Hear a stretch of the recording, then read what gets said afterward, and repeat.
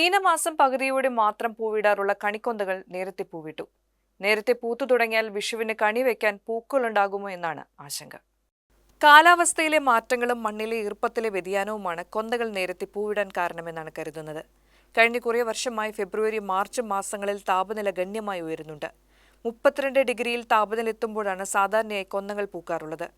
അന്തരീക്ഷത്തിൽ അമിതമായ ചൂട് സസ്യങ്ങളിലെ ഹോർമോണുകളെ ഉത്തേജിപ്പിക്കുകയും പൂവിടാൻ പ്രേരിപ്പിക്കുകയും ചെയ്യുന്നതായി സസ്യശാസ്ത്രകാരന്മാർ പറയുന്നു.